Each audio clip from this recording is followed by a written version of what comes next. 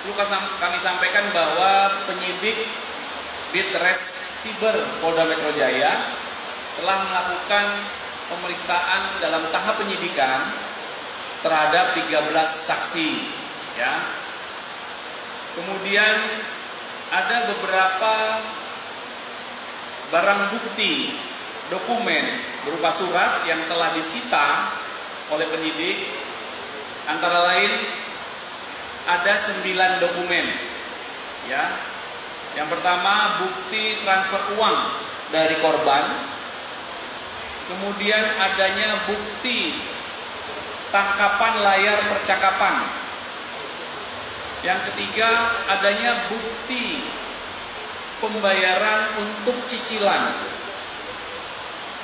Yang selanjutnya adanya bukti keterangan transfer atau pengiriman uang.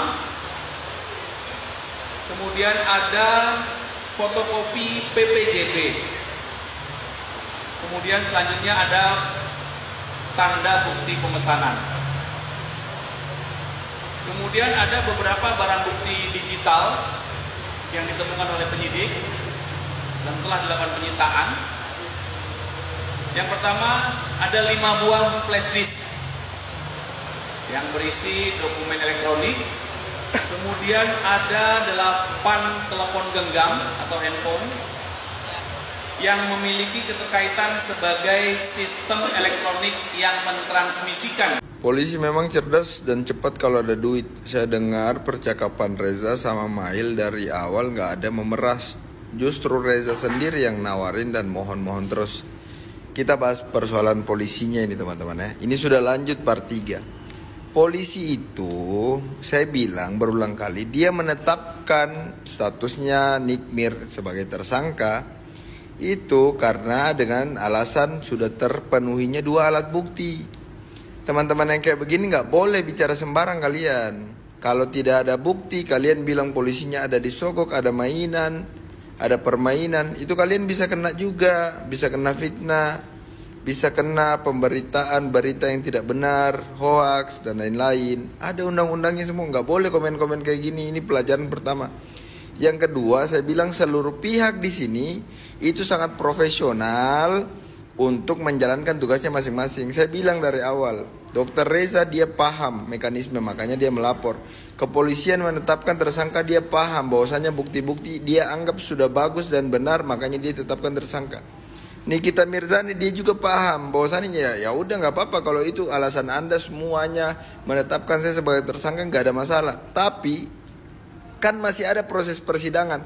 Walaupun ditetapkan sebagai tersangka, kalau di persidangan nanti ternyata buktinya secara penilaian hakim dan ada bukti yang disodorkan, diberikan dari Nikita Mirzani bisa membantai itu semua, nah itu bisa bebas. Itu yang saya bilang teman-teman. Jadi jangan dulu panik dan tidak boleh saling menuduh satu sama lain. Boleh kita berkomentar, menduga, tapi jangan menuduh.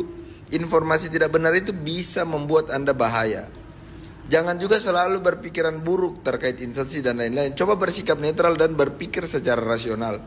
Terus persoalan ini teman-teman, bahwasanya kalau kita bersidang itu kan hakim juga melihat dengan baik. Banyak orang yang sudah tersangka ternyata sidang dia bebas, banyak. Jadi nggak usah berpikir yang aneh-aneh dulu. Kita lihat nanti apa bahan dari Nikita Mirzani. Dan sebenarnya itu yang saya bilang sama kalian, kalau memang pemerasan, mana unsur paksaannya, mana unsur menekan, memerasnya, mana unsur yang sudah saya sebutkan kemarin. Kalau memeraskan ada paksaan, ada kekerasan, ada ancaman, mana unsur itu semuanya. Nanti kita lihat di persidangan, kalau memang dituduhkan dengan pemerasan, silakan buktikan bahwasanya ada seperti unsur di pasal 368. Itu loh teman-teman. Yang saya koreksi di sini, jangan ngomong kayak gini, salahkan polisinya, ininya dan lain-lain. Biarkan semua berjalan sesuai daripada aturan hukum. Kita tetap kondusif, kita tetap berpikir secara baik dan benar. Sisanya silakan kalian menilai. Jadi orang pintar. Tapi dapat 4M, dapat lah. Dia mau nyuap mulut gue, yang dikasih duit ya diambil. Nah kalian dikasih duit diambil nggak? Meres utang lu gue beres. Diduga sindikat ini untuk melakukan pemerasan terhadap pemilik brand owner ini dan Dr. estetika yang tadi hadir. Ya, seperti itu begini, di review, setelah di review, kemudian ditelepon, lalu dibilangin, awas hati-hati, ini gue dipanggil sama Bepom, DPR dan sebagainya. Nah, kemudian ini dokter estetika dan pemilik honorer ini ketakutan sehingga melakukan komunikasi. Jadi polanya sama ya, tidak hanya klien kami dokter RG ya, tapi kepada beberapa korban-korban yang lainnya. Jadi kenapa kemudian kami mengatakan ini dugaan sindikat? Karena mempunyai pola yang sama terhadap korban-korban yang lain. Seperti itu dia. Jadi kalau masalah bicara 5M itu sudah masuk dalam materi pokok perkara ya. Kalau yang di dalam media sosial itu silakan yang perkuatkan. Tetapi kami cuma sudah menyampaikan itu bahwa diminta 5M kemudian dijadikan jadi 4M. Seperti itu ya. Bukan saya yang menyampaikan, Abdul Mas. Lagi ya, harapan kami sebagai penasihat hukum, sebagaimana yang kami sampaikan surat kami kemarin ya terhadap penyidik dalam hal ini Kapolda Metro Jaya, kami berharap bahwa dengan terpenuhinya unsur pasal 21 KUHP ya, dia ancamannya 5 tahun nih, kemudian dia sudah melakukan pidana-pidana lain dan ya kalau nggak salah kemarin ya si inisial NM ini mau keluar negeri. Nah ya, jadi alasannya nggak tahu gitu. Nah ini harus saya harap penyidik harus bertindak dengan segera untuk melakukan penahanan terhadap inisial NM. Kembali lagi dengan motif bosen jadi detektif.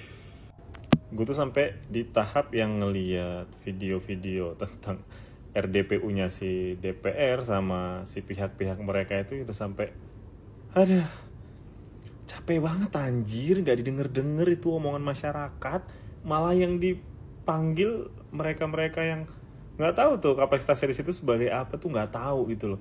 Ya kalau emang mau ngomongin tentang dunia huru-hara skincare harusnya kan minimal mengundang ya Bepom lah kan. Ya nggak cuma dari sisi yang mereka katanya korban lah, minimal Doktif juga, tim-timnya Doktif juga diundang. Kalau memang mau objektif kita ngebahas tentang huru-hara skincare. Masalahnya kok bisa mereka doang, bahkan Bepom pun nggak ada di situ. Pusing nggak tuh gue sampai, ini apa ini yang terjadi di sini? Nggak habis pikir udah, sampai nggak bisa berkata-kata. Harus ngomong apa lagi gitu, harus nge-repost video-video siapa, harus nge-up masalah apa lagi nih, harus ngasih tahu Bepom itu yang gimana lagi tuh gue sampai nggak tahu gitu, nggak tahu lagi caranya gimana gitu. Bahkan gue nonton RDPU-nya itu ya mencoba positive thinking. Oh mungkin minggu ini yang diundang pihak mereka, mungkin minggu depan yang diundang Doktif atau Bepom lah gitu.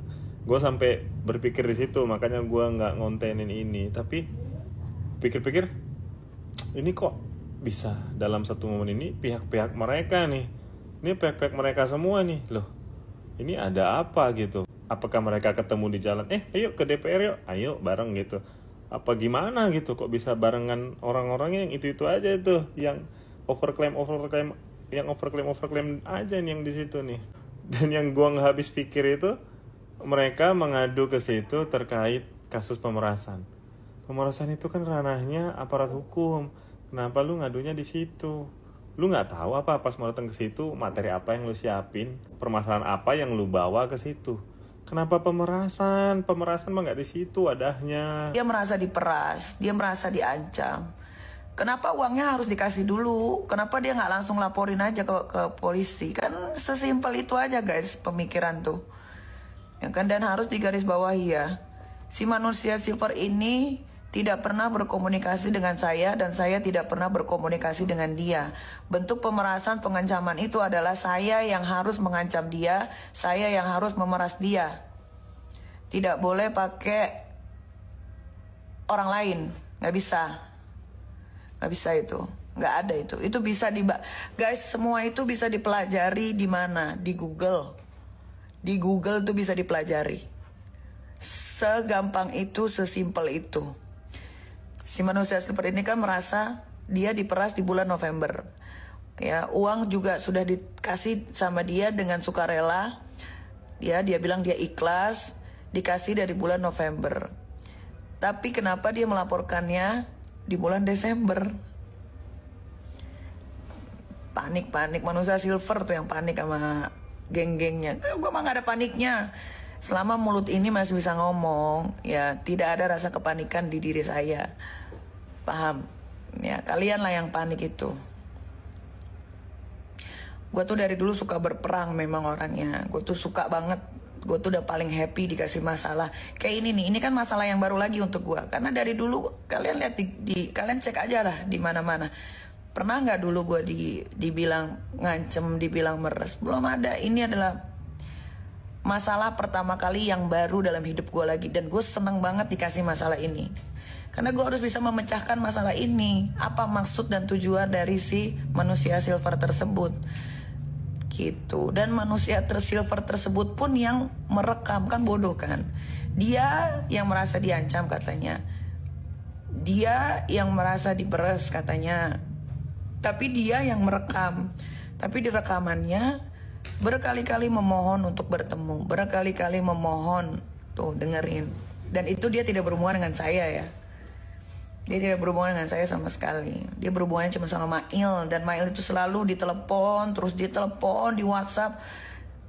Aduh nanti deh. Nanti kalau sudah sampai persidangan. Itu kan semua print out WhatsApp itu bisa ditampilkan. Suara rekaman bisa didengarkan.